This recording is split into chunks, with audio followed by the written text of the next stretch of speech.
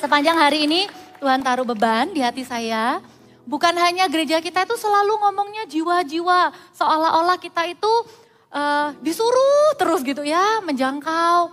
Tahukah Anda bahwa ketika Anda diberi kesempatan untuk menjadi pelaku amanat agung, menjangkau jiwa-jiwa, apalagi sebentar ada CG Van, itu adalah sebuah privilege dan Tuhan itu tidak melupakan keluarga kita. Bukan berarti kita cuma disuruh melayani. Tuhan itu cinta sama keluarga kita. Hari ini tema besar yang Tuhan taruh di hati saya adalah keluargaku bagi kerajaan Allah. Jadi keluarga kita itu bukan cuma sekedar eksis, tapi benar-benar keluarga kita tuh menjadi bagian dari rencana Tuhan yang mulia dan besar. Kalau kita cuma hidup dengan planning kita sendiri untuk keluarga kita, maka planning itu tidak akan besar. Malah kita bahkan akan terjebak dengan keributan-keributan yang tidak perlu. Tapi ketika kita berani berkata, iya keluargaku bagi kerajaan Allah. Boleh kita bilang bareng-bareng ya, keluargaku bagi kerajaan Allah. Sama-sama ya, 1, 2, 3. Keluargaku bagi kerajaan Allah. Ada visi kerajaan Tuhan, ada kerinduan hati Tuhan yang harus nyampe nih kepada setiap keluarga-keluarga. Saya bagi menjadi 5 tema. Tadi pagi bukan sekedar kenangan. Kalau ada kenangan buruk di masa kecil gimana? Terus kalau ada kenangan indah bagaimana? Terus sekarang ini apa yang kita kerjakan kan satu hari akan jadi kenangan. Tapi kita nggak mau itu cuma sekedar kenangan biasa. Ada pemakaian Tuhan, ada rencana Tuhan juga di dalamnya. Itu ibadah 1 tadi. Ibadah 2 ini temanya jangan ada luka antar generasi. Ibadah 3 temanya tentang doa untuk keturunan. Saya rindu nanti di ibadah 3 kita akan mendoakan pasangan-pasangan yang belum memiliki keturunan dan rindu memiliki keturunan. Bukan hanya mendoakan anak yang kita sudah punya, tapi kita juga mau doakan mereka yang merindukan keturunan. Itu nanti di ibadah 3. Dan ibadah 4, ikatan yang kuat. Siapa bilang ikatan yang kuat itu ikatan dosa? Ada ikatan yang lebih kuat, yang dari Tuhan ya. Dan yang kelima, sebagai kesimpulan dari semuanya kita materaikan dengan sebuah kebenaran. Keluargaku dicinta Tuhan. Anda siap? Ya, kalau Anda tadi pagi belum dengarkan, Anda merasa iya ya saya ini juga punya kenangan buruk. Dengarkan ibadah yang 1 tadi, semua ada di YouTube gitu ya. Hari ini yang sesi 2, ibadah 2 ini adalah jangan ada luka antar generasi. Kata luka antar generasi itu sebenarnya juga asing dan baru di hidup saya. Saya juga nggak pernah tahu ada kalimat ini. Tapi kata luka antar generasi ini saya kenal waktu tahun 2018. Waktu itu kita mau mengadakan Children Ministry Conference. Boleh tahu Anda yang hadir waktu itu atau Anda mengikutinya? Ya, Children Ministry Conference itu CMC pertama kali kita adakan. Gereja kita mengadakan sebuah conference yang mendedikasikan untuk anak-anak kecil. Dan pada waktu itu, pada masa-masa persiapannya, saya dengan tim gitu ya, saya berdoa supaya hati Bapak kembali ke anak, hati anak kembali ke Bapak gitu ya. Dan ada satu momen di dalam waktu doa itu, waktu saya tutup mata berdoa, seperti ada sebuah gambaran. Saya enggak melihatnya secara langsung karena saya tutup mata, tapi di pikiran saya tuh gambar yang begitu jelas. Waktu itu adalah sebuah gambar luka. Dan lukanya itu seperti kayak daging yang tersayat, terbuka lebar dan merah, segar gitu ya. Luka yang begitu besar menganga gitu ya. Saya sempat agak ngeri gitu lihatnya. Tapi kemudian seperti ada tangan yang tidak kelihatan, itu yang mengoperasi. Jadi seperti saya enggak lihat tangannya, saya enggak lihat jarum atau benangnya. Saya cuma lihat tiba-tiba luka yang menganga begitu merah itu. Dari ujung ke ujung tuh bisa rapi, rapet gitu. Enggak ada bekasnya sama sekali dan kembali sempurna. Waktu itu Tuhan dengan lembut bilang begini, Pau, aku akan menyembuhkan luka antar generasi. Nah waktu itu saya kurang terlalu paham gitu ya. Tapi saya simpan aja. Berarti Tuhan itu rindu. Tidak ada luka antar generasi. Tuhan itu rindu mau memulihkan, mau menyembuhkan, mau supaya antar generasi itu tidak ada luka. Tapi benar-benar bisa jadi satu tubuh Kristus, jadi satu di hadapan Tuhan. Itu asal mula kata luka antar generasi. Dan hari ini biarkan hati Tuhan ini nyampe ke setiap kita. Jangan ada luka antar generasi, untuk kita review lagi mungkin dengan kehidupan kita sampai hari ini. Dan juga menjadi sebuah bekal selama kita masih hidup. Ayo kita berjuang sama-sama, jangan ada luka antar generasi. Amin ya. Kita buka sama-sama satu ayat firman Tuhan. Di Amsal 17 ayat yang ke-6 dikatakan begini. Mahkota orang-orang tua adalah anak cucu dan kehormatan anak-anak ialah nenek moyang mereka. Kalau tidak ada luka antar generasi, maka ayat ini akan terjadi dan digenapi. Di mana yang menjadi mahkota dari orang tua adalah anak cucu mereka. Dan yang menjadi kehormatan dari anak-anak ini adalah nenek moyangnya. Saya waktu mempersiapkan firman ini, saya berdoa, saya terharu dengan Allah kita. Allah kita adalah Allah yang memberikan sebuah teladan. Allah menyebut dirinya di Keluaran 3 ayat 15, kita tidak usah baca. Itu waktu Musa bertanya, siapa yang mengutus aku? Nanti orang Israel bingung, saya ini siapa? Lalu Allah ini bilang kepada orang Israel bahwa Allah Abraham, Allah Ishak, Allah Yakub itu yang mengutus kamu. Jadi Allah kita itu menyebut dirinya sebagai Allah Abraham, Allah Ishak, dan Allah Yakub. Benar ya? Allah itu enggak bilang, aku Allah yang maha kuasa, aku Allah yang super hebat. Enggak. Tapi Allah menyebut dirinya sebagai Allah Abraham, Ishak, dan Yakub.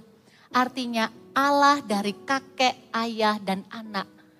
Ayah dari grandparent, parent, and children. Padahal kita tahu 3 keluarga yang disebut ini bukanlah keluarga yang sempurna. Kalau mau ditelusuri, mau pakai kaca pembesar, justru banyak tragedinya di dalam keluarga itu. Tapi satu yang paling enggak bisa kita percayai bahwa tidak ada luka antar generasi-generasi tersebut. Sehingga Allah dengan percaya diri berkata, aku Allahnya Abraham, Allah Ishak, dan Allah Yakub. Padahal kalau kita mau bilang, Ishak itu punya loh kesempatan untuk jadi pahit dengan papanya. Gara-gara papanya nikah sama pembantunya, itu anaknya gangguin dia waktu kecil. Bahkan ganggunya itu mungkin bukan sekedar ganggu biasa, tapi yang sangat mengganggu. Bisa juga loh, saya ini, Ishak ini mau dipersembahkan loh kepada Allah. Papanya lakukan tanpa briefing. Abraham tuh gak bilang apa-apa loh. Iya kalau misalnya Abraham pakai ngomong dulu, Ishak dengar ya, ini perintah Tuhan. Abraham diem aja. Dan pada waktu itu Ishak itu bukan anak kecil yang gak bisa apa-apa. Anak kecil umur 5 aja kita angkat bisa berontak, bisa lari, kita ngejernya udah capek. Apalagi Abraham waktu itu sudah tua. Tapi saya menemukan sebuah ketaatan kepada orang tuanya yang bukan karena orang tuanya sempurna. Tapi karena siapa Allah dari orang tuanya itu. Ishak pun tidak sempurna. Buat Yakub, Ishak tuh pilih kasih. Ishak kok lebih sayang sama kakakku. Sampai aku harus memperjuangkan, aku harus membayar berkat kesulungan dengan kehidupanku. Yakub ini tidak ketemu mamanya. Sampai akhir hidup mamanya. Kacau. Tapi tidak pernah diberitakan Yakub itu pahit dengan ayahnya. Tuhan baik. Di akhir hidupnya yang mengubur Ishak adalah Yakub dan Esau yang sudah berdamai. Ishak dengan Yakub. Yakub kemudian dengan Yusuf. Drama, tragedi yang kalau dibikin cerita drama bisa berjilid-jilid ya. Bisa berseri-seri. Bayangkan, Yakub itu tidak kecewa dengan Tuhan. Bahkan Yusuf pun juga dikasih kesempatan di akhir hidupnya. Yakub itu bisa memberkati Yusuf dan keluarganya. Di tengah ketidaksempurnaan keluarga, asal setiap orang baik berperan sebagai kakek, berperan sebagai ayah, maupun berperan sebagai anak. Saya nggak ngomong gini berarti gendernya pria aja. Baik sebagai nenek, baik sebagai ibu, ataupun sebagai anak. Selama hati kita benar di hadapan Tuhan, selama kita mau berkomitmen, jangan ada luka antar generasi, maka kita tidak akan melahirkan generasi yang pahit dan memberontak. Jangan kaget, jangan bingung dengan masalah yang ada. Jangan fokus sama masalahnya.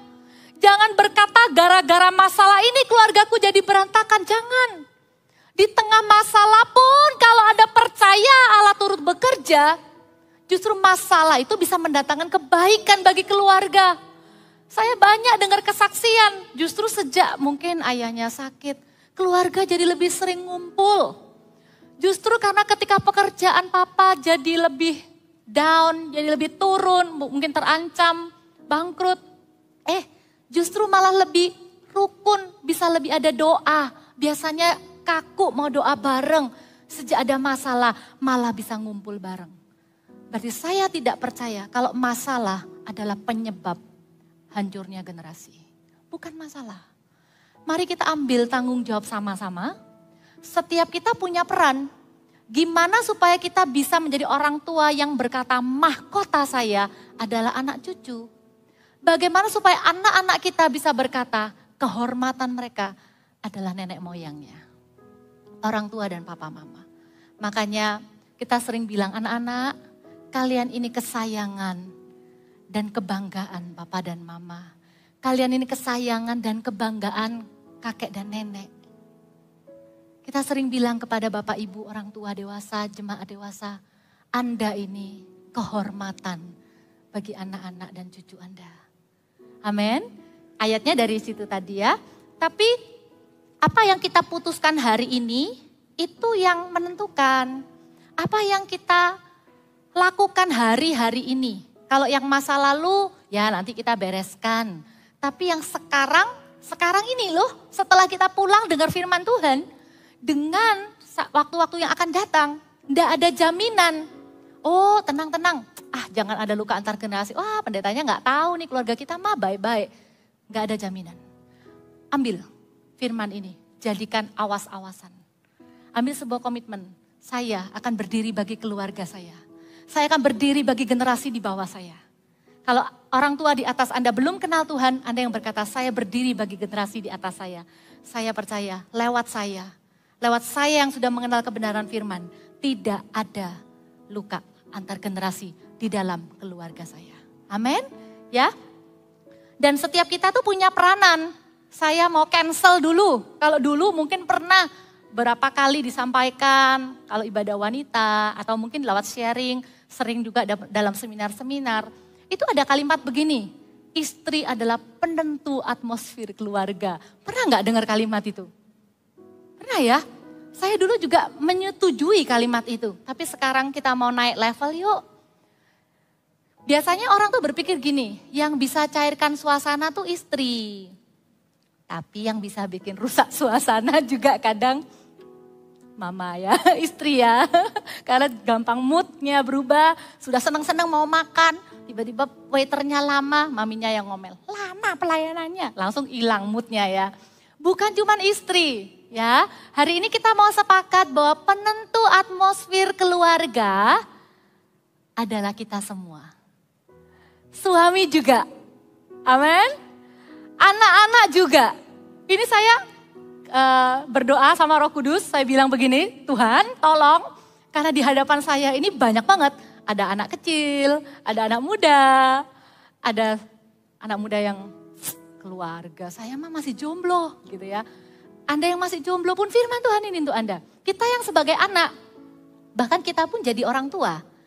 Bahkan ada di antara kita yang kita tuh jadi orang tua, sekaligus kita juga jadi anak. Boleh nggak saya tahu tangan-tangan Anda yang duduk bersama orang tua Anda? Ya banyak juga ya. 2 generasi, coba angkat tangan, 2 generasi orang tua anak, angkat tangan.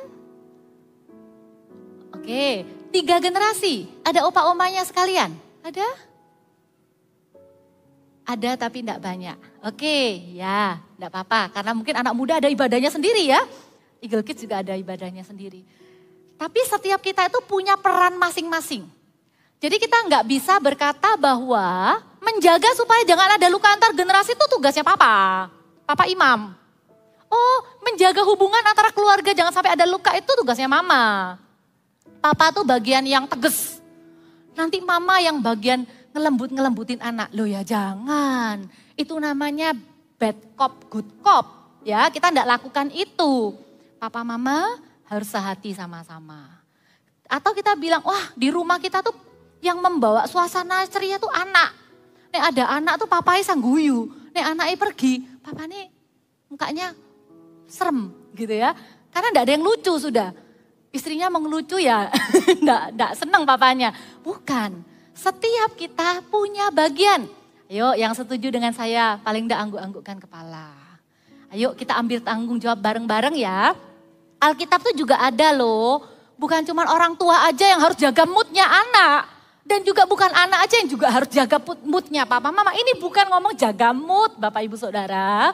Ini sedang memperjuangkan supaya jangan ada luka antar generasi.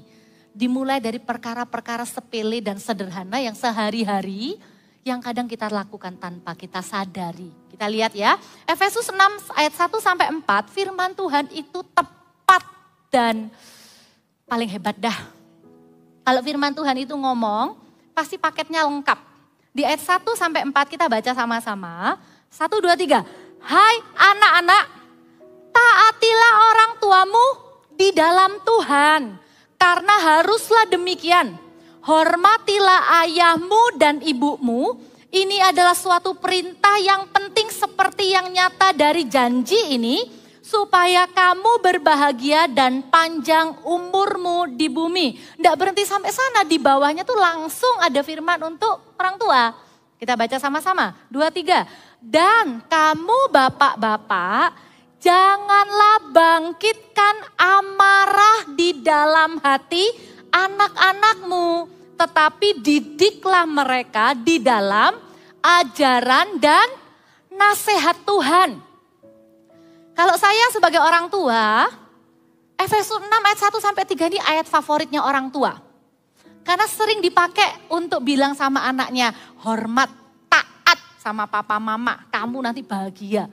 Tapi jangan lupa ada peran kita juga sebagai papa mama dikatakan, jangan membangkitkan amarah di dalam hati anak. Tapi didiklah mereka itu di dalam kebenaran, ajaran dan nasihat Tuhan. Bukan berarti kita tuh menjaga perasaan anak jangan sampai anak marah, bukan. Jangan membangkitkan amarah itu bukan berarti tidak boleh buat anak marah, bukan. Anda tahu kalau marah itu wajar. Kita bilang jangan anaknya marah, tidak apa-apa. Kalau itu untuk kebaikan ya tetap jangan. Tapi yang namanya amarah itu tersembunyi di dalam hati menjadi sebuah potensi kepahitan dan pemberontakan. Kita lihat nanti ya, ada bagiannya masing-masing. Apa sih harapan anak untuk orang tua? Harapan anak, kerinduan hati anak kepada orang tua itu apa? Mungkin Anda sudah sering dengar, tapi biarkan hari ini diingatkan kembali. Gitu ya. Bagaimana supaya kita tuh jangan membangkitkan amarah di dalam hatinya mereka. Supaya jangan dengan gestur mereka nunduk dan bilang, iya mah, ngerti kamu? Iya pak, tapi di dalam hatinya ada amarah. Gimana supaya mereka itu bisa menerima didikan dan nasihat kita, ajaran di dalam Tuhan. Harapan mereka itu apa kepada papa mama? 1, berhenti membanding-bandingkan. Kalau orang tua punya 2 anak, jangan bandingkan kakak dengan adik. Jangan pernah berkata, Meh, kamu lo gak kayak Cece. Cece lo berani. Ayo Meh berteman. Cece tuh lo temennya banyak. Mami kok gak lihat temenmu. Buat kita, itu seperti sederhana. Alah gitu tok. Itu melukai anak. Atau kita bilang, temenmu tuh loh ndak remedi. Kamu kok remedi? Lihatan itu loh, pelayanan. Kamu kok nggak pelayanan? Please stop membanding-bandingkan. Kalau kita sendiri pernah jadi produk orang tua yang membanding-bandingkan, kita tahu rasanya ndak enaknya bagaimana. Bahkan sekalipun anak itu sudah besar, kalau di sini ada opa oma, saya sungguh-sungguh bukan bermaksud menggurui. Tapi izinkan saya menyampaikan kerinduan hati seorang anak. Mungkin itu bukan hanya berlaku untuk anak kecil. Bahkan ketika kita sebagai orang berusia, anak kita sudah besar, semuanya jadi satu-satu. Ketika ada tamu datang, oh ini sudah punya rumah di Jakarta. Sampai umur berapapun anak kita, jangan pernah membanding-bandingkan. Jangan bilang, oh yang kedua ini sik belum, sik baru mulai usahane. Kurang berani, gak kayak kokoe. Kokone nek invest wani. Wah ini, nek ini sing ini minderan. Nek ini pede anaknya. Berhenti membanding-bandingkan. Nggak enak. Setuju ya? Setiap kali kita mau bandingkan, ingat baik-baik firman Tuhan hari ini. Kita tidak mau ada luka antar generasi. Tapi sama anak kecil juga saking mereka nggak ngomong aja. Anak-anak juga ya jangan bandingin papa mama ya. Papa lo kasih uang aku cuman segitu. Papanya temenku tuh loh. Kita langsung sama lah ya, anak-anak juga jangan bandingkan. Temenku loh dibeliin HP sama papanya. Sana jadi anaknya sana. Biasanya kita kalau udah kesel gitu ya. Enggak lah, membanding-bandingkan tuh enggak enak. Kalau misalnya kita bertamu gitu ya, bagikan rasa bangga kita tuh rata. Jangan diukur keberhasilan anak tuh dengan materi. Jangan diukur dia rumahnya berapa, mobilnya apa. Bukan itu ukuran keberhasilan. Jadilah orang tua yang bisa bangga kepada setiap anak dengan sama. Jadilah orang tua yang bisa membanggakan, mengasihi sama, equal. Kita sudah berusaha equal aja. Di dalam hati pasti, mami lebih sayang Cece. Nah itu sudah natural. Tapi bagian kita tetap adalah bilang, enggak, di mata mama papa sama. Sama. Jangan membandingkan. Yang kedua adalah tidak menyalahkan. Blaming. Berapa sering kita tuh tanpa sadar, kita tuh menyalahkan, entah itu pasangan ataupun anak kita. Kalau misalnya mereka berbuat salah, koreksi kesalahannya. Tapi jangan dihakimi, atau dituduh, atau dilabel. Disalahkan itu enggak enak rasanya. Kamu ini, gara-gara kamu ini. Nah itu enggak enak banget. Saya pernah dapat satu cerita, intinya puji Tuhan nih orang tuanya sudah di dalam Tuhan. Tapi momen cerita ini tuh dia ceritakan sebagai sebuah kesaksian dan saya bisa jadikan sebuah awasan. Kadang-kala tuh kita tuh orang tua tuh agak sedikit overreact dalam segala sesuatu. Misalnya ada kejadian gitu ya, dia di rumah tuh ada opanya. Kita percaya lah ya anak muda, anak-anak kita tuh udah pasti lebih bisa lah jaga opa, gandeng opa gitu ya. Satu waktu tuh ada miss atau gimana opanya tuh kepleset. Terus mamanya nih kaget kan, gitu kan. Sudah bingung, padahal ternyata enggak apa-apa sebenarnya. Tapi waktu kejadian, spontan refleksnya, ini yang kita harus hati-hati, menyalahkan. Kamu tuh ya apa Tonyo? Opa kok usah sampai jatuh? Kamu tadi enggak jaga opa ta? Jadi belum apa-apa tuh sudah blaming duluan. Terus diem aja anaknya, enggak bisa ngomong apa-apa, kaget. Setelah papanya baik, ternyata enggak apa-apa, cuma terpleset biasa. Orang tuanya ini kan di dalam Tuhan. Jadi datang ke anaknya. Yo tadi mami overreact ya, sorry ya, mami terlalu keras tadi. Anaknya tuh bisa bilang gini, iya Mi, tadi waktu mami bilang gitu, Sinyo enggak kepingin hidup lagi. Kaget mamanya. waktu kita tuh disalahkan atas sesuatu yang anak kecil ya, anak muda itu. Menanggung sebuah beban mental bahwa dirinya dianggap sebagai penyebab kesalahan atau sebagai kambing hitamnya atau disalah-salahkan. Walaupun salah ya enggak perlu disalah-salahkan gitu loh. Dikasih tahu, koreksi, kasih harapan. Perasaan bersalah itu mahal. Makanya sampai perlu Yesus mati di kayu salib. Supaya kita itu bisa bebas, merdeka dari setiap dosa yang kita enggak bisa tanggung.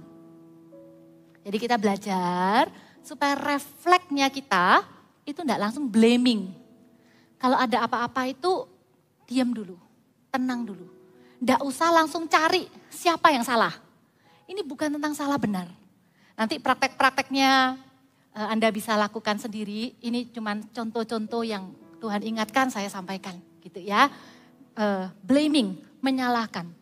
Dan ayo kita belajar juga, kita itu kadang lebih detail memberikan koreksi. Kalau mengoreksi itu bisa detailnya banget gitu.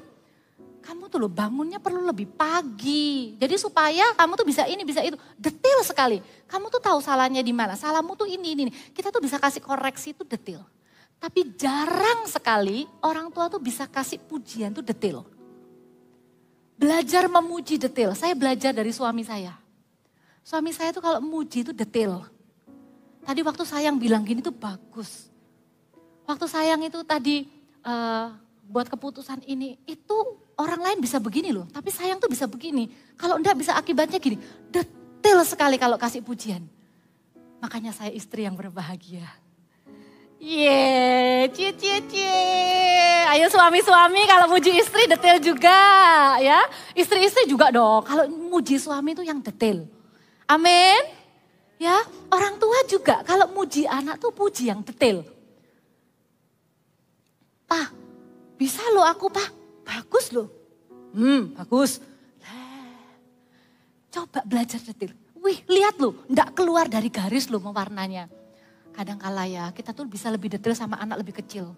Begitu sudah besar kita pikir, gak perlulah dipuji nanti sombong, Anda salah. Justru semakin mereka masuk pra-remaja-remaja, dunia sekeliling mereka itu selalu menarik mereka ke bawah dalam hal kepercayaan diri dan gambar diri. Selalu membuat mereka tuh never good enough di sekolah. Harus memenuhi standar tertentu supaya dapat grup di teman-temannya dan lain-lain. Orang tua justru harus lebih banyak lagi memuji. Oh sudah lulus sarjana, sudah kerja. Siapa bilang di tempat kerja tidak perlu dipuji? Puji. Oh sudah besar, sudah mandiri. Dipuji itu juga paling, apa sih Ma? Percayalah. Malu-malu tapi puji aja. Tidak rugi kok memuji. Banyak-banyak memuji. Amin. Ya, bukan cuma berikan koreksi, tapi apresiasi. Makasih ya Ma, sudah jagain Noni di rumah. Makasih ya Ma, sudah dimasakin. Masakannya Mama enak loh. Sesimpel itu. Kasih koreksi, kasih apresiasi. Dan yang terakhir, yang dari sisi harapan anak ke orang tua itu apa? Jangan merendahkan. Anak itu butuh dengar orang yang paling mereka kasihi, yaitu keluarga. Sebagai orang yang paling mempercayai. Karena kalau di luar rumah, mereka tuh diragukan. Mereka itu harus membuktikan diri, mempunyai prestasi baru bisa dapat kenaikan dan lain-lain. Jangan takut sekali lagi. Jangan takut anak kita tuh kebablasan jadi sombong. Lebih baik dia jadi sangat confident, sangat berani bermimpi besar, sangat berani ngambil resiko, tapi kita minta rem-remnya tuh dari Roh Kudus. Daripada anak kita atau pasangan kita itu jadi orang yang minder. Yang gak percaya diri. Dalam segala apapun yang dilakukan takut gagal, takut ambil resiko. Biasanya ciri-ciri orang yang gak punya figur papa di dalam kehidupannya, orang itu akan jadi takut. Kenapa? Karena biasanya papa itu yang selalu kasih rasa aman. Ayo Ayo naik sepeda, jatuh enggak apa-apa, papa di sini. Ayo belajar nyetir, papa temenin, enggak takut. Kita enggak merendahkan, enggak berkata kamu masa bisa. Lebih baik kita bilang, kamu bisa. Itu yang akan mereka pegang sampai seumur hidup. No one trust me, but my parent trust me. Itu jadi sebuah sebuah semangat. Selain dari firman Tuhan sendiri, kita juga dikasih untuk sebagai orang yang paling memberi semangat dalam kehidupan mereka ya. Nah kalau harapan orang tua ke anak apa? Harapan orang tua ke anak itu kurang lebih begini. Jangan memberontak. Taat dan hormat. Jangan lakukan apapun itu yang seolah-olah itu mau menghancurkan sesalah-salahnya papa mama. Jangan sengaja memberontak. Karena waktu anak-anak itu memberontak, papa mama itu paling terluka. Kalau anak-anak itu tidak bisa taat dengan kasih, papa mama itu yang paling terluka. Dan kemudian harapannya orang tua ke anak itu apa? Jangan bertengkar dengan saudara. Kalau kita punya saudara, sekeras apapun hubungannya, peristiwanya dan apa-apa, paling tidak. Karena kita menghormati orang tua kita, rukun yuk. Jangan tengkar di depan orang tua. Ataupun ketika orang tua sudah tidak ada pun kita merasa lebih bebas lagi. Biarkan legasinya, harapannya orang tua itu hidup di hati kita. Rukun dengan saudara. Saya percaya itu kerinduan setiap orang tua. Lihat anak-anaknya itu damai, rukun, saling mengasihi. Amin. Ya. Dan yang ketiga, peduli. Harapan orang tua kepada anak adalah kita menjadi anak yang walaupun kita tuh sudah mandiri, sudah bisa lakukan banyak hal. Ingat, semakin kita kuat, orang tua kita semakin lemah. Semakin kita dewasa, orang tua kita semakin menua. Semakin kita bisa lakukan banyak hal, semakin orang tua berkurang dalam hal-hal yang mereka bisa lakukan. Tetaplah peduli. Tetaplah belajar untuk care. Sejauh apapun mungkin sebelumnya hubungan tuh enggak enak. Enggak bisa, enggak pernah namanya gandeng tuh enggak pernah. Yuk mulai dari kita. Menunjukkan kepedulian yang sincere. Lupakanlah yang lalu-lalu sudah. Nanti dengarkan kebaktian 1 punya khotbah tentang kenangan. Kenangan buruk itu ada kok gunanya di hidup kita.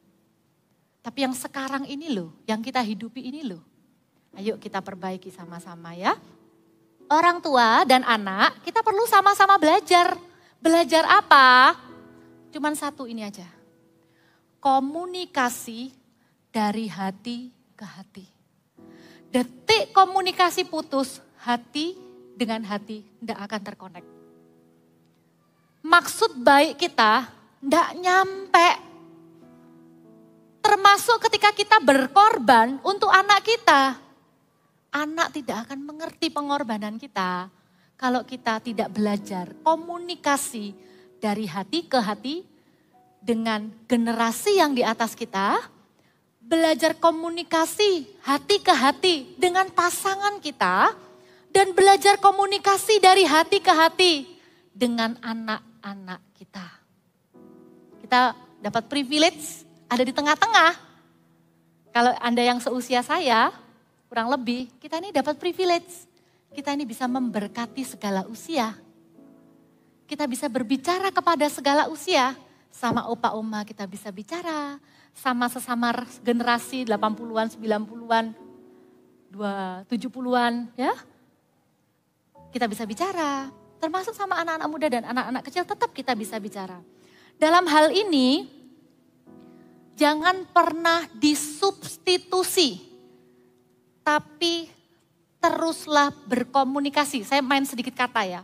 Bukan substitusi tapi komunikasi. Contoh begini, kalau misalnya kita merasa kayak ibu tadi ya, saya salut dengan ibu ini. Dia merasa bersalah karena terlalu overreact. Dia merasa bersalah sama anak. Yang benar adalah komunikasi. Sorry ya, tadi mama agak berlebihan reaksinya. Jangan substitusi. Substitusi itu gini, merasa bersalah, Nyo ayo makan es krim. Mengganti komunikasi itu dengan substitusi. Diganti dengan makan es krim. Habis dah enakan sama papa mama, nggak bisa ngomong dengan enak. Nggak apa-apa, diajak liburan dulu biar seneng hatinya. Tapi komunikasi tetap dibangun, pelan-pelan. Kalau misalnya komunikasi itu ke arah tegang, seperti senar gitu tegang, jangan dipaksa, nanti putus. Ambil waktu, oke mah nanti ngomong lagi lain kali ya. Yuk makan dulu, kayak gitu. Yang penting komunikasi jangan disubstitusi dengan apapun juga. Karena komunikasi itu diperlukan. Ada kata-kata yang ditunggu oleh orang tua kita. Ada kata-kata yang ditunggu sama pasangan kita. Ada kata-kata yang ditunggu sama anak kita. Karena misalnya bisa sih anak waktu kecil ya. Mungkin ya wes lah dibuat lupa. Mamanya mari marah-marah, habis selesai marah-marah ya udah dibeliin es krim seneng. Tapi ada sesuatu yang tidak selesai. Dan kalau itu terus terjadi waktu mereka remaja, itu loh yang namanya amarah di dalam hati. Unfinished business, unfinished story. Case yang itu kok enggak selesai. Ada kata-kata kita yang ditunggu. Mungkin bukan cuman I love you, tapi I'm sorry. Ada kata-kata yang ditunggu. Mungkin kata-kata yang ditunggu, yang enggak pernah keluar dari mulut orang tua, adalah I'm proud of you. Papa mama bangga sama kamu. Berapa banyak orang-orang itu yang tumbuh besar, belani kejar semuanya cuma nunggu kata-kata itu. Cuma nunggu papa mama bilang, papa bangga sama kamu. Mama bangga sama kamu. Mari, penghalang dari kesembuhan luka antar generasi. Cuman 2.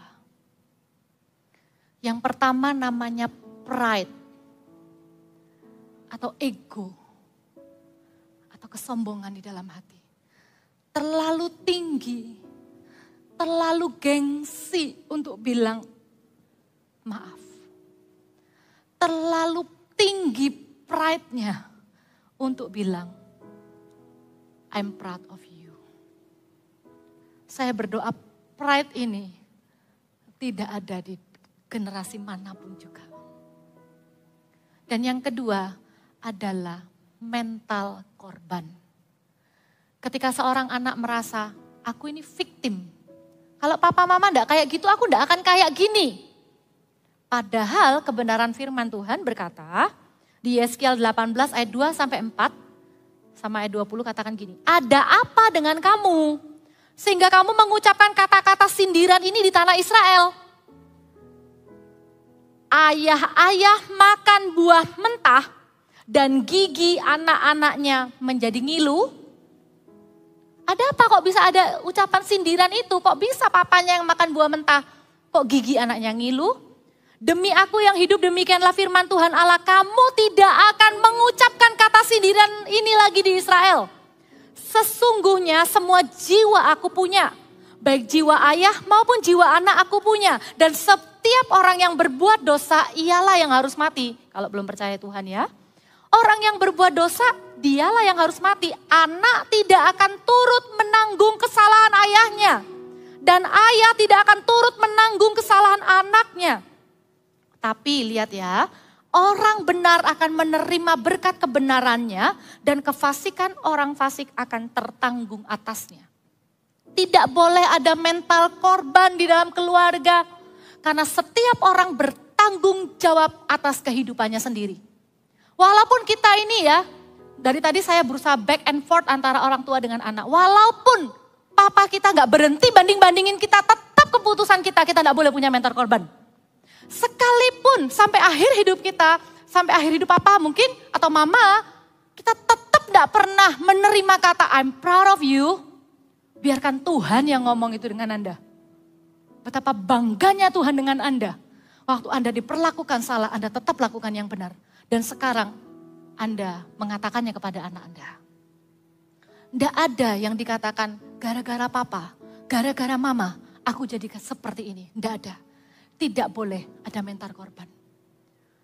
Orang tua berhenti menyalahkan diri sendiri. Mungkin iya dulu keras didik anak sampai anaknya berontak. Tapi sekarang berhenti, bilang sama anaknya, ini sudah bukan lagi kesalahan papa mama.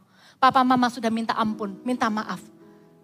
Tapi sekarang keputusanmu pribadi yang menentukan masa depanmu. Jangan terus menghukum diri sendiri.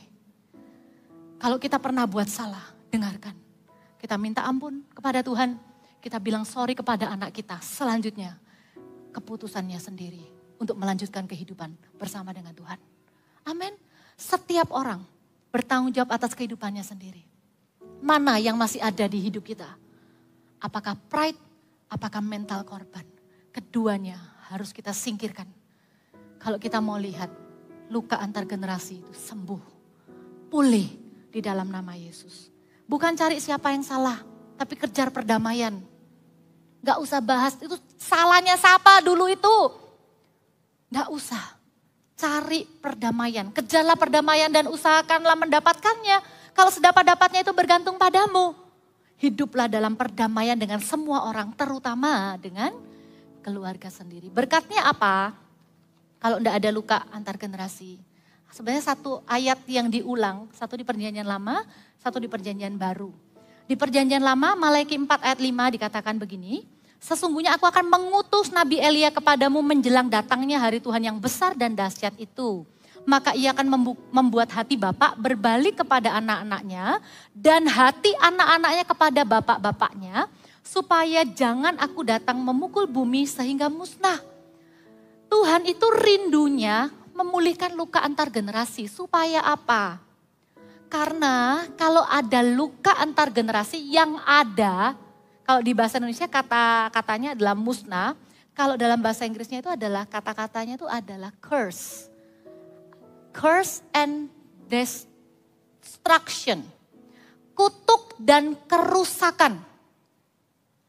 Tapi kalau saya ambil janji Tuhannya berarti kalau kita memperjuangkan supaya tidak ada luka antar generasi, maka yang ada adalah berkat Tuhan. Apa yang kita bangun diberkati oleh Tuhan. Apa yang kita miliki dijaga oleh Tuhan. Ada berkat dan perlindungan Tuhan. Tidak ada yang kebetulan. Anak-anak kita itu dijagain dari pergaulan yang salah. Dimulai dari apa? Dimulai dari hubungan kita dengan anak kita itu yang gak ada luka. Kalau kita dengan anak kita tidak ada luka, tidak usah khawatir. Mereka bandel-bandel kadang ya. Firman Tuhan bilang, sekalipun mereka nakal, Tuhan akan hajar, iya. Tapi kasih setia Tuhan tidak akan diambil. Mereka akan tetap ingat. Mereka akan menjaga cinta dan kepercayaan dari papa mama. Tidak akan liar. Tapi kalau ada luka antar generasi, sebagus-bagus apa yang kita bangun, anak kita akan dengan sengaja merusaknya. Hanya demi apa? Biar papa mama tahu. Aku tidak mau jadi seperti apa yang papa mama lakukan dan katakan. Bagian kita cuma ngarahkan. Anak panah mau kemana? Tapi keputusannya tetap di tangan mereka. Supaya jangan satu hari mereka bilang gini, gara-gara papa mama paksa aku kuliah ini. Aku tidak berhasil sekarang. Setiap keputusan anak, mungkin kalau SD, SMP, SMA masih kita yang pilihkan. Tapi kalau kuliah harus keputusan sendiri. Kalau mereka bingung kita bantu. Tapi tetap keputusan terakhir di tangan orang yang akan menjalani. Amin ya. Berkat Tuhan yang pertama itu, kalau ada janji Tuhan, kalau tidak ada luka antar generasi itu ada berkat Tuhan. Yang kedua, itu ada di ayat yang di perjanjian baru, Lukas 1 ayat 17 bilang begini, ini nubuatan untuk kelahiran Yohanes Pembaptis, dikatakan, dan ia akan berjalan mendahului Tuhan dalam roh dan kuasa Elia untuk membuat hati bapak berbalik kepada anak-anaknya dan hati orang-orang durhaka kepada pikiran orang benar. Bahasa Inggrisnya, Ini adalah hati orang yang memberontak. Ya, artinya anak-anak tuh jangan sampai memberontak, tapi kepada pikiran orang benar, wisdom of the truth. Pikiran orang benar, pikiran yang genah gitu loh. Hati Tuhan tuh rindu. Kalau orang tua sama anak tuh hubungannya baik, anak-anak tuh tetap di jalan kebenaran ya. Dan dengan demikian menyiapkan bagi Tuhan suatu umat yang layak baginya. Kalau kita tidak punya luka antar generasi, betapa pengurapan Tuhan itu akan turun atas setiap keluarga. Kita tuh akan dipakai Tuhan memenangkan keluarga yang lain. Lewat kesaksian keluarga kita yang tidak sempurna, bukan berarti perfect, bukan. Tapi jangan ada kepahitan, jangan ada luka di dalam hati masing-masing. Papa kalau ngomong soal anak tuh bangga, gak ada luka. Anak ngomong tentang orang tuanya tuh gak ada luka. Gitu. Maka kita akan mengalami pemakaian Tuhan. Kalau misalnya Anda berkata gini, keluargaku tuh saling mengasihi, rukun. Puji Tuhan, ayo naik level lagi. Bukan cuma rukun, tapi ayo melayani Tuhan sama-sama. Dilihat my spiritual journey-nya, bukan cuma sekedar kelas MSC. Dilihat, satu-satu dilihat. Papa mama sudah percaya Yesus belum ya, opa oma ya? Ada yang belum, ayo doakan. Sampai punya my spiritual journey, apa itu? Percaya Yesus. Dibaptis, baptis air, ayo yang belum baptis air, segera baptis air. Setelah itu baptis Roh Kudus, penuh Roh Kudus supaya hidup ini ada artinya. Punya komunitas, masih ada nggak ya keluargaku yang belum punya komunitas? Di sini ada CG, ayo. Sudah melayani belum ya? Mimpi kita adalah semua jemaat melayani Tuhan. Seisi keluarga melayani Tuhan. Saya ulang lagi, mimpinya Pastor Philip itu apa? Terakhir, pemandangan terakhir setiap jemaat senior di tempat kita adalah melayani Tuhan. Itu my spiritual journey, itu adalah spiritual journey yang kita perjuangkan untuk keluarga kita. Malah senang, buat apa rukun bareng, cuman untuk diri sendiri. Buat apa liburan-liburan terus cuman memuaskan jiwa terus. Tapi tidak ngalami pemakaian Tuhan. Minta sama-sama, kalaupun keluarga kita belum sempurna, nggak apa-apa. Kita ini bukan sederhana, itu culture-nya barat. Kita ini orang Asia, nggak bisa komunikasi dengan anak. Dengarkan, bukan culture barat, bukan culture timur, tapi culture kerajaan surga. Bukan budaya barat, bukan budaya timur, tapi budaya kerajaan surga. Itu yang Anda lihat di gereja ini terjadi. Di gereja ini tuh antar generasi itu begitu indah. Saya sebelum naik saya didoakan oleh Pastor Yohanes. Pastor Yohanes juga bilang, minggu depan giliran saya, kata Pastor Yohanes. Ya siap, nanti kita doakan juga sama-sama. Saling mengasihi, memberi kesempatan. Tidak ada yang namanya senior junior. Ambil spirit yang ada di gereja ini. Bukankah Roh Kudus dicurahkan kepada 3 generasi? Orang tua akan mendapat mimpi. Anak muda akan punya visi. Visinya anak muda itu untuk apa? Untuk menggenapi mimpi orang tua. Dan anak kecil juga tidak dilupakan. Anak kecil akan bernubuat. Anak kecil akan mengucapkan doa, firman. Saya minta izin ya Bapak Ibu, sebentar lagi akan ada altar call. Kalau Anda mungkin masih struggle dengan keluarga Anda. Maukah Anda merendahkan hati untuk maju? Nanti anak-anak kecil sudah kami siapkan untuk mendoakan Anda. Mungkin Anda cuma agak butuh sedikit nunduk gini supaya telinganya kedengeran. Kalau Anda tinggi gini ya mereka nggak dengar nanti ya suaranya mereka ya. Agak nunduk dikit supaya mereka bisa dengar. Mereka bisa ngomong dan Anda dengar. Di gereja kita, anak kecil bukan beban. Anak muda bukan saingan. Orang tua bukan penghalang. Kami berdoa, spirit yang ada di gereja ini bawa pulang ke keluarga Anda. Kami mau lihat kakek, nenek di tempat Anda berbahagia. Anda sebagai orang tua berbahagia, anak cucu Anda berbahagia. Kasih tepuk tangan buat Tuhan Yesus. Mari kita bangkit berdiri sama-sama.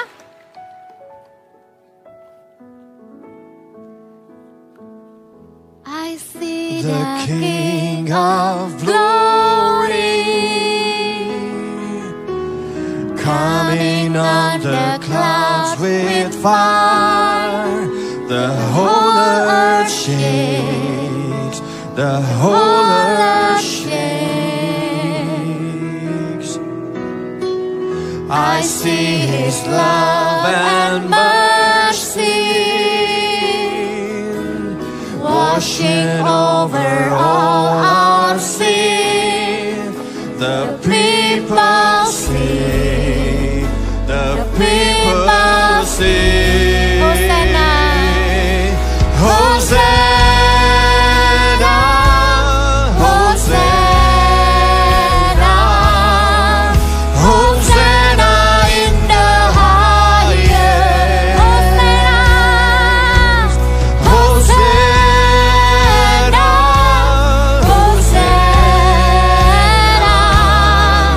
Hosanna in the highest.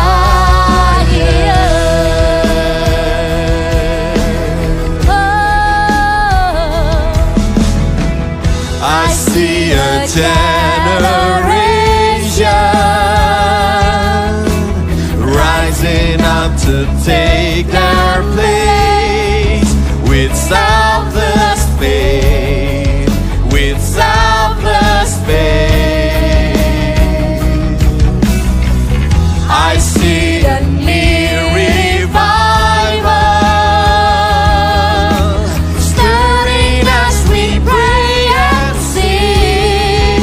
We're on our knees, we're on our knees. Hosanna, Hosanna, Hosanna in the highest.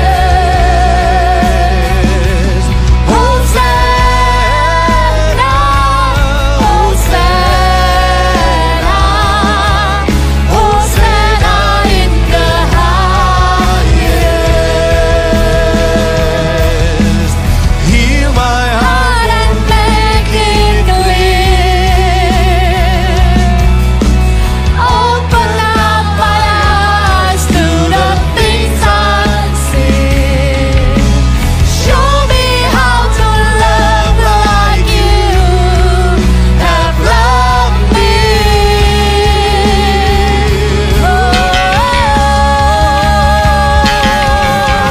Break my heart for what breaks yours. Everything I am for your kingdom's come. As I walk from earth into eternity. Ada satu bagian di lagu ini yang berkata, I see a generations.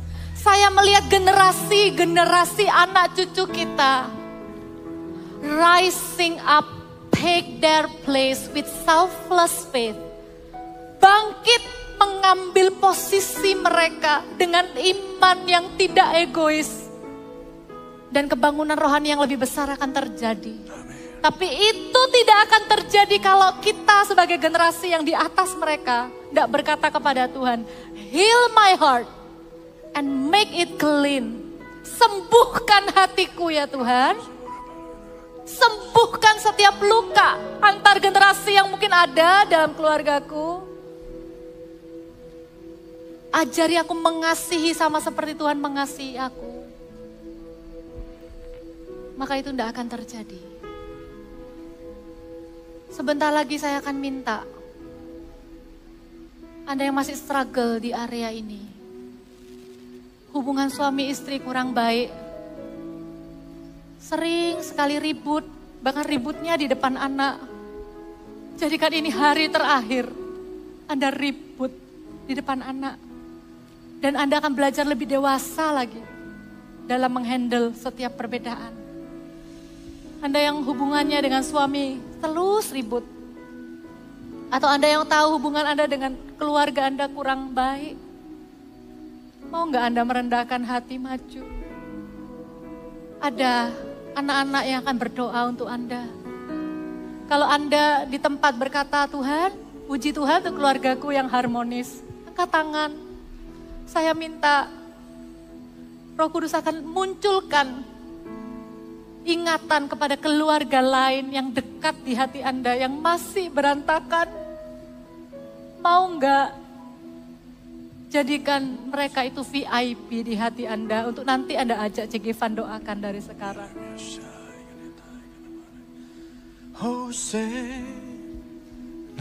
Silakan maju. Kami berdoa di depan sini ya Tuhan. Setiap luka antar generasi akan sembuh. Di depan sini ya Tuhan. Orang tua yang khawatir, takut anaknya memberontak akan sembuh. Di depan sini ya Tuhan. Kami membawa keluarga kami di hadapan-Mu.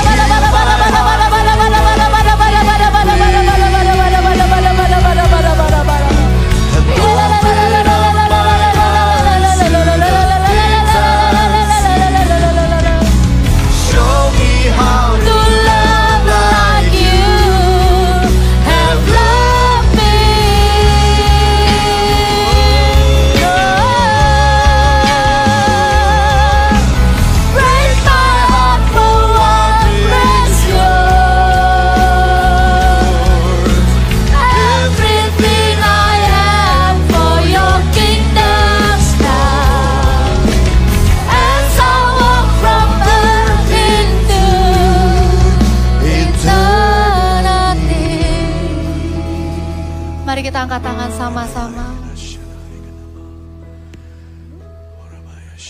We see a generation rising up to take their place with selfless faith, with selfless faith. We see the new revival stirring as we pray and sing. We're on our knees, we're on our knees. Bapak Ibu percayalah, anak-anak Anda Anda akan dipakai Tuhan. Anak-anak Anda akan dipakai Tuhan, melayani Tuhan lebih dari Anda.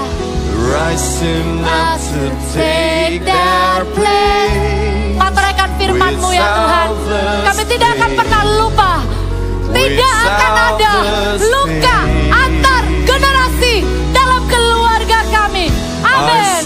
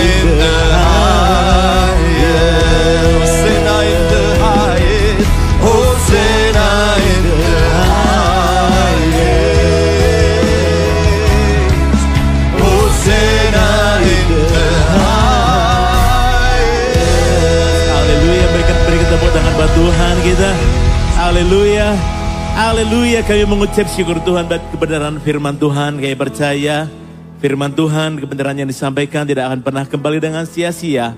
Akan berhasil mengerjakan tepat seperti apa yang Kau suruhkan kepadanya Tuhan. Setiap kami percaya kebenaran firman-Mu bekerja di hati setiap kami. Kami bawa pulang ke rumah kami masing-masing, ke keluarga kami masing-masing, dan firman Tuhan terus bekerja, Roh Kudus bekerja, pemulihan terjadi. Sekalipun mungkin tidak langsung instan terjadi kami lihat Tuhan, tapi kami percaya itu progresif terjadi, pemulihan demi pemulihan yang instan pun terjadi Tuhan.